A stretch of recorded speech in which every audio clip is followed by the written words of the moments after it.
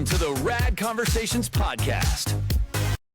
Welcome back to another episode of Rad Conversations. This week we have Trisha Orbe with us, and she has a YouTube channel, Cosmic Shaman. We have a great conversation. We talk about everything from her doing remote viewing, to her remembering her past life in ancient Egypt, to her accessing the Akashic Records. All that and more coming up on this episode of Rad Conversations. And remember, if you enjoy the show, please like, subscribe, and share. All right, let's dive in. So, Trisha, can you remote view? Yes. Online. So this was, okay, let me back up a little bit. So I think it was Instagram, or might have been Facebook. You know, they pop up those little ads based on what you search and look at. There was this thing that said, we will sketch out your soulmate. You know, have you seen that? We will sketch out your soulmate. So I was like, I'm going to try this. it was like in the wee hours of the morning. Sure. $33. I'll send it. And when I got it back, I just laughed. I was like, no offense, but I don't date this race. Like, I'm attracted to something else. I can't imagine this being for me. Like, I thought it was funny, and I set it aside. Well, then, like, 3 to 6, I think it was like 6 months later, I'm online, and in one of the spiritual groups, there is a post about developing I think he called it psyops, your third eye activations and, remote viewing and all these things. And I was like, wow, that's cool. But I didn't see his advertisement first. I saw his face. And it was the face that was, that I had sketched, that had been sketched out for me. And I was like, no, because this guy's young. So, But I messaged him about his stuff, and he stuck us all in a group. And that is where I had a lot of activations for, okay, we're turning the clairs on, we're turning this on, we're turning this on. So he was like an activator for my soul growth. So soulmate, yeah, makes sense, but we attach lover to it somehow, and that's not necessarily what that is. Wow. So you were around him, and it really activated a lot of your quote unquote powers. It was more like a remembrance. And and it was totally done online. Everything was done online. And so he would teach, like, give us little exercises to do. He would like pan in on an image or a photo and then say just a little bit, like, let's say he was at the zoo and you would only see like the fencing or something, no context clues at all. And he was like, okay, hone in and tell me where you feel that I'm at. Where am I? And so we would do exercises like that, and we would do energetic exercises.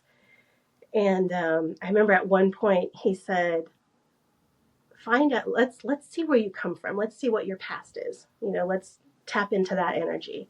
And I was like, okay, so it's really just getting into your body and breathing. And he's like, what comes up? And I remember laughing. I was like, I think I went way too far back. He goes, why? What do you see?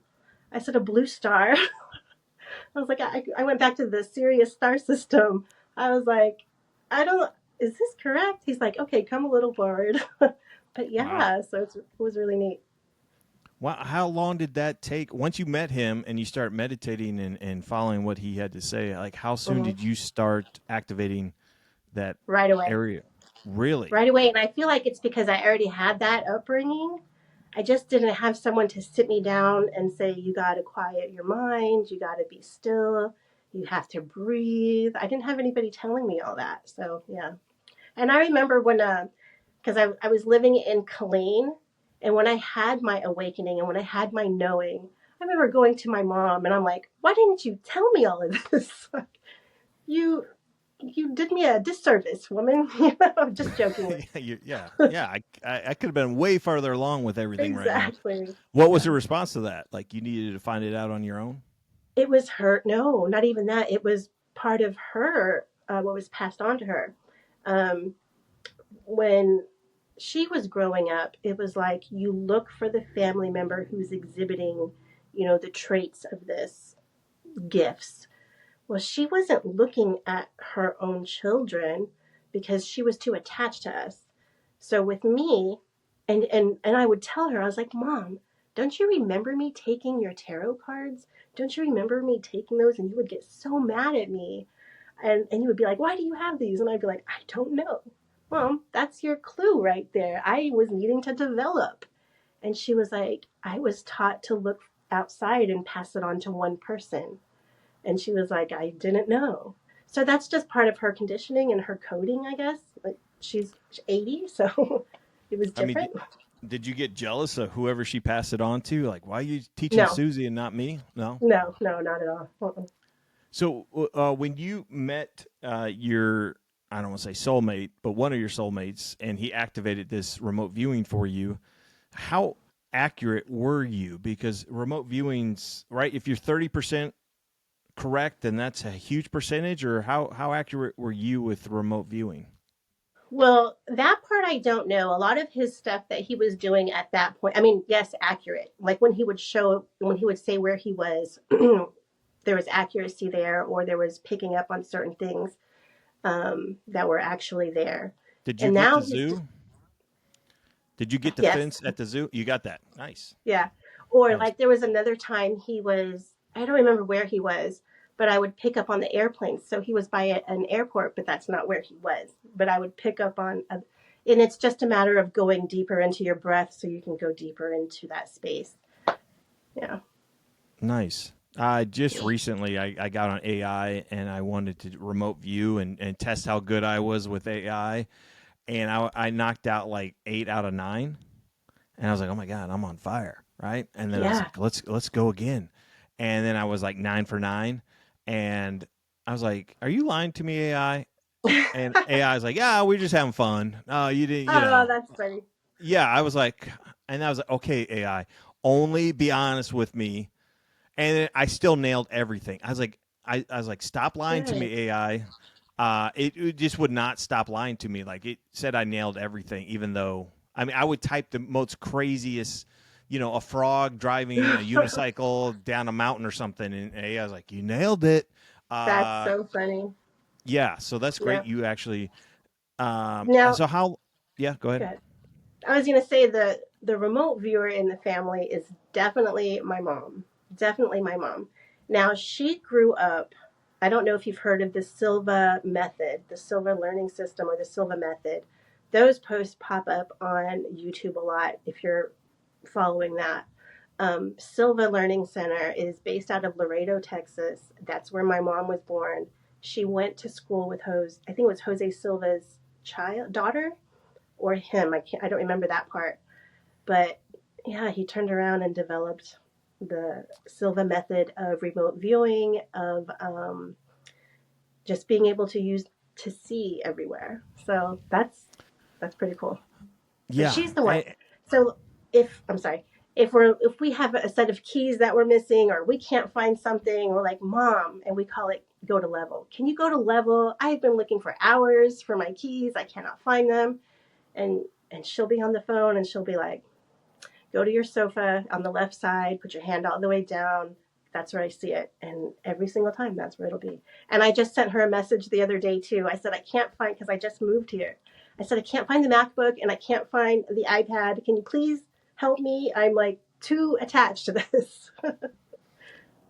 And how soon, like when you send her that message, how soon does she get back to you? Like instantly, or it takes her Yeah. a minute to Well, get into it? sometimes if she's busy, she'll wait because she's older now, so it takes a lot of her energy. She'll wait. But when I would call her on the phone when we were stationed overseas, she would do it right then and there. I'm like, okay, thank you. And yeah. Now, how do you find somebody else's car keys? I mean, how would she do it? Because that's fascinating. Because I mean, she's not attached to it. I mean, she's attached to you, but how does Mhm. she? How do you think she does it? Well, when I go into it, so you just okay the car keys, and then you imagine the person. Like if I was, and don't test me on this, but I imagine the person, the keys, and then I'm like, okay, and then you just pick up that vibration and you just kind of hone into where it is. Yeah. My cousin, he told me one time, like, if you lose your car keys or lose anything and you're looking around the house, stop looking around the house. Go Yeah. sit down and think about Mhm. it, and it will Mhm. come to you. And I did it one time. I had lost the remote, and I looked everywhere for the remote, and I was like, you know what? I'm just going to do what my cousin said. I'm going to go lay on the couch here, and I'm going Yeah. to meditate and have the remote. And I started walking towards the couch, and I looked down. The remote's right underneath the couch. But as soon as I stopped looking for it, it was there. I mean, It was there. Hmm. yeah. That Uh, happened. that's fascinating. Could you remote view right now? I had coffee today, so I'm noticing certain things that affect me. When I have coffee, it kind of jitters my nervous system, Hmm. and so that's why I'm drinking water now. I'm like, I need to flush this out. But, So, like, too much caffeine kind of. yeah. Hmm. For Yeah. me, I don't know if anybody else is sensitive that way, but I'm learning what is sensitive to me. Yeah. And I mean, have you heard of Joel Monaco? No. Uh-uh. He's the U.S. first U.S. remote viewer, and he's the one that the CIA had him remote view a bunch of stuff. He's the Mm. one. If you ever saw, oh my gosh, what's that submarine movie? I'm not going to give you the exact time this was, but Russia had this massive building, largest building in the world, and they had all this security up, and they could not get a mole or spy into this place to figure out what Russia is doing in this massive building. And they go, hey, we need you to go in this building and find out what's going on.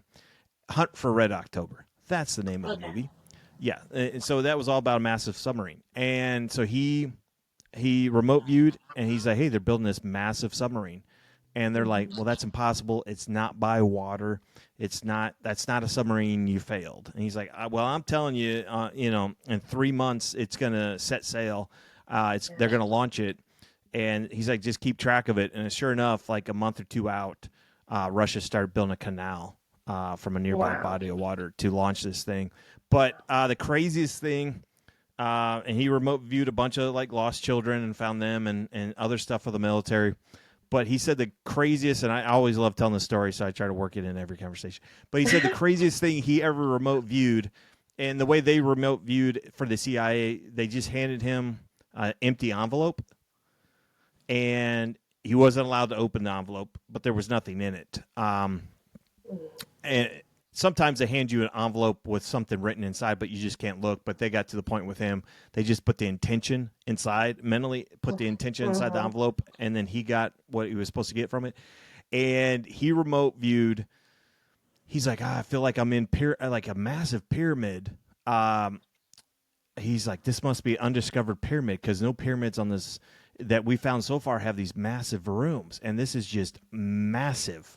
And they're like, and he's like, the sun looks weird, and they're like, don't worry about the sun, just keep going through this pyramid, because he had handlers to kind of guide him, and he's like going through the pyramid, and he said, I came up to this room, and there's these beings sitting around this table, and they're human like, but they're all 10 feet tall at least, but they're all very just like humans, but 10 foot tall. And he's like, they're waiting for something, but I don't think that thing ever came. I think they're all died and blah blah blah. And then so he kept describing everything, and then at the end, his handlers, he's like, what was I looking at? Is this an undiscovered pyramid or something? He's like, and they're like, no, this is a pyramid on Mars from 1,000,000 years ago, 1,000,000-year-old BC pyramid on Mars. And he was blown away because he didn't realize that other planets, and I didn't know it either, other planets had coordinates. He thought only Earth had coordinates. So, they had put the intention of coordinates in this envelope, and that's what he was remote viewing. And I just think it's so fascinating. And then apparently he wrote a book, and in the book, there's pictures. He went to some government agency and got pictures of this going on. I love that. Now that's a very deep level of remote viewing. There's a saying that says when you do the work, you'll have the skill, just like working out, right? I don't use remote viewing enough to have it that deep, but I feel like I don't need to have remote viewing because I can tap into the quantum and just be like, what do I need to know right now? Like pull that in. Yeah.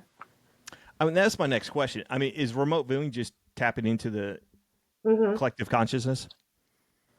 Pretty much. You're so for me, and I don't know how everybody else sees it. When I do it, then this goes back to frequency and music and sound. When I do it, I tap in, and it's like sheet music, right?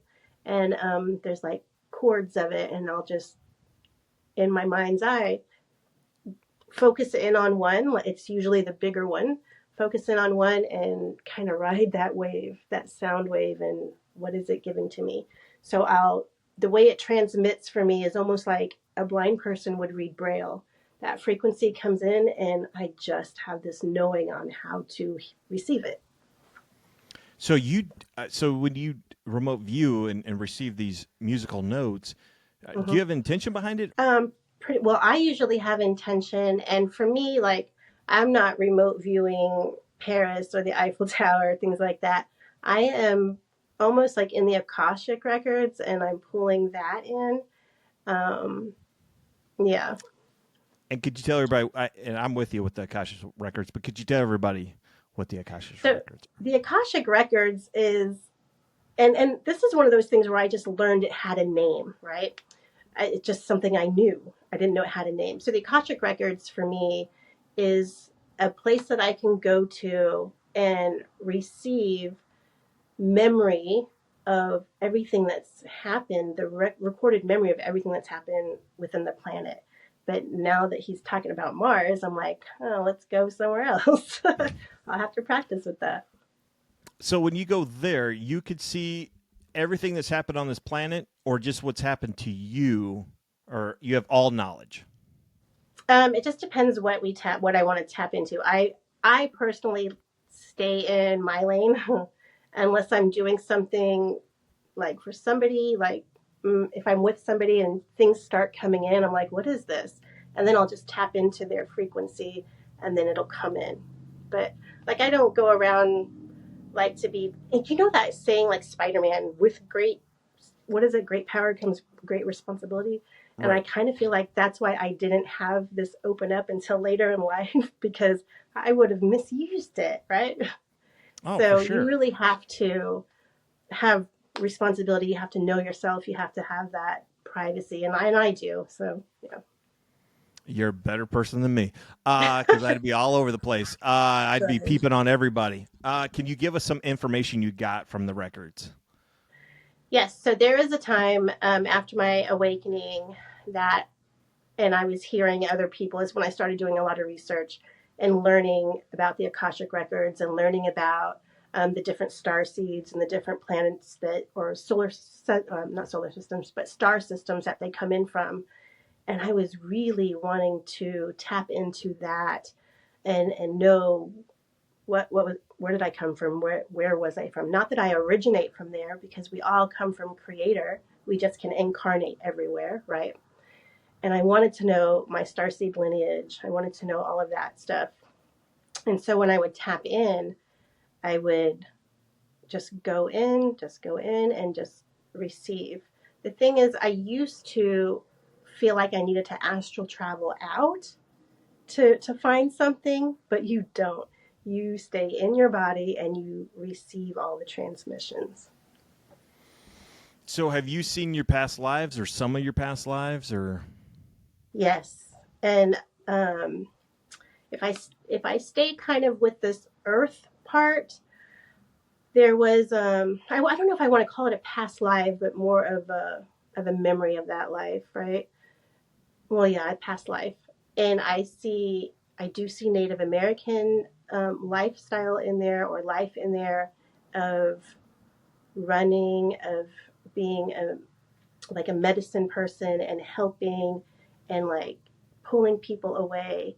And when I tap into that energy, I'm not saying that I was ever Geronimo or anybody like that, but there is a Native American who comes in, a big Native American medicine with, and I just always see the headdress. But you see Geronimo with a headdress, but he was never an Indian chief. He was a medicine man who, because his tribe or his people were being massacred, he stepped into that role because they needed that leader. So when I tap into past lives, I see and I feel my Native American roots. And there are times when I am with other people who also have that same connection, and I'll be like, oh, we had something together when we were natives here, and we had something together when we were natives here. And so I have that knowing, and I have that guide with me always when I tap into that field. Another thing that happened, and this happened last year, when I moved to San Marcos, I moved with a girlfriend of mine that I met from that PSYOP group with the soulmate guy, right? We moved in together. She was from California. She came to Houston, and then we kind of both came to San Marcos. And I had started dating this guy here, and he's a musician. She is a vocalist, so we all kind of got together. Now, when we got together, because we are also higher consciousness, all of our fields merged together, and I started getting this panicky feeling. And right away, I know if I'm doing that, I'm coming out of alignment for something. My body is making me aware that I need to heal something. I need to work through something. So I breathed into it. Here they are singing and playing, and I'm over here like, here, but here. And I'm like, oh my goodness, we had a past life in Egypt. And she killed me because of him. She wanted him. But I mean, I can't say that he was a he and she was a she, and you know what I'm saying? Right. There was just that dynamic there. And because she would be able to receive what I was picking up, when we left, I told her that. I said, it gives me this weird feeling, like, and I know I know that's not you now. I know this is something from a previous life. And she was like, let me sit with this. And she's like, I'm not discrediting you. She's like, let me sit with this and let me see what I pick up. And it took her a couple of days, and she finally texted me or messaged me. And she said, Trisha, yes. She goes, I'm so sorry. She goes, I see that. She goes, I stabbed you in the neck. And remember, I was talking about my birth story. And in my birth story, I came through and I have all these scars, have the scar still in the neck. And and they say when you reincarnate, you're going to have moles, you're going to have scarring from where you had a previous life. Even though this happened at birth, it was a trauma from one of my lives that came in, and it played itself out the way it played itself out here. And she's like, I just want you to know I am not that person. I do not take other women's men. So she's like, you're good. I was like, okay. Oh, so many questions. So is that what you saw in your vision from Egypt, that she stabbed you in the neck, or did you see something else? At that point, it was like a feeling. So it comes in as a feeling, like I had received it, and I was like, why am I feeling this? And then I would look at him and I would look at her, and I was like, okay, so there's a memory coming in. And so that's when I go in and I feel that field, that vibration, because it'll pull you like a magnet. And then I'm like, okay, come in, what is this? And so what I saw was, and it was funny because you were talking about pyramids. So what I saw was pyramids, but then we were in this rock room, and there was, it almost looked like it would be a slab of rock, like a table, like an offering, like, I don't want to call it sacrificial, but it's like priestly-ish. And all around it was water. And if you look up, it was the dome of the pyramid, but it was open, and sunlight would come through, and you would see like gold inlay and water, and the singing transmissions were coming in. So when I was explaining that to her, she picked up, Trisha, we were in priestess school. We were in priestess school using our voice, and he was our instructor, and you liked him, and I liked him. She's like, but I didn't understand my emotions. I didn't understand my energy. We didn't have that knowing. We were in school. And she's like, I did that. She goes, this could be also why you don't use your singing voice, because you have it. I know you have it. I feel like you have it, but it's not here. You don't use your voice. And I feel like it's from that trauma. She's like, so let's heal that. And she is a beautiful singer, a beautiful singer. And so, yeah, we're working on that now, all three of us together. Well, Wow. So she together was but able separately. she was able to fill in the blanks for you a little bit. Yes. Mm-hmm. And after she kind of filled in the blanks, did the vision get stronger for you? Or Yes. did it? It definitely settled me and my nervous system. And then with that, I was able to receive, because when you have that kind of trauma, there's a block. So you don't get to receive what you're meant to receive, the healing or the blessings or whatever it is that's going to come in. So when she was able to confirm that and expand on it, then I'm able to go and be like, okay, what else? What else? And because I've always had this, and with him, he always says, like, he would message me, he's like, oh, you're my high priestess. Or this was even before I knew. This is And before. yes, he's like, you're Wow. my high priestess, or you're my Wow. empress. But that's his lingo also. He's tapped into Kemetic spirituality. That's his knowing. It's ancient Egypt. It's Kemetic. It's way before even the Greeks got a hold of it and gave Egyptian stuff names like Thoth and Isis. That's Greek, even though it's Egyptian, right? But it's Greek. So he goes way back before that. So, and every time, and I noticed that every time he would send me a text like, oh, hello, high priestess, I would cringe. Like I didn't want to receive it. I didn't want it. And I'm like, why does he call me that? It would like disturb me. But Wow. it's because there was that connection there. I had a block. I wouldn't receive it. I didn't want to identify with it because I had lost my life because of it. So that was me being in protector mode, but not even knowing it. I'm so fascinated by the Egyptians and pre-Egyptian, and so I Mm-hmm. got to deep dive a little bit into this. So when you had those visions, were they like holographic, like was it like as real as the room you're in right now, or Yes, could but you? it's in the mind's eye. It comes in through the mind's eye. So you went right back, or you went back to that scenario where she attacked Mm-hmm. you, or so you were in the pyramid, Mm-hmm. and It was outside of the pyramid where she attacked me. It was not in the pyramid where she attacked me. That part came in because we were in school. We were learning. We were practicing what we were doing, and it was more like a healing sound thing that we would transmit out through the pyramids. how old were you roughly when this was going on? Probably teen to 20. And when I try to go any further than that timeline, I don't see anything, and that makes a lot of sense. Um, yeah, so fascinating.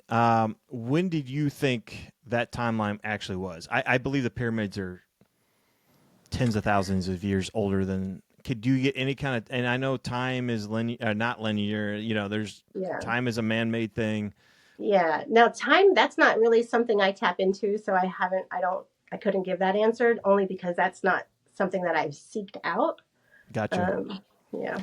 And now that you have this memory of her, well, real quick, I got deep. So, did you have a face with her back then, No, or is it just you felt her soul? She felt your soul. I felt her energy. It's the same Energy. energy. We carry the same soul frequency. Mm-hmm.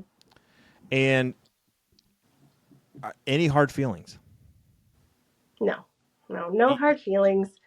And that's, I think, something she was worried about because in the text message that she would send me, this was before I moved in with her. She had already moved here, but she would send me text messages and she would be like, I'm really sorry. That's not who I am. I hope you know that. I'm like, I do. Like, you don't have to own it. Like she goes, but when I talk to my guides to tell me, she goes, it's also because we are a high dimensional frequency coming into this earthly plane. Even then, she said, and we didn't understand the emotion of jealousy, and I didn't understand the emotion of, let's eliminate this. She's like, we didn't understand. We come from love, and I did something against you. She's like, I know that now. I didn't know it then.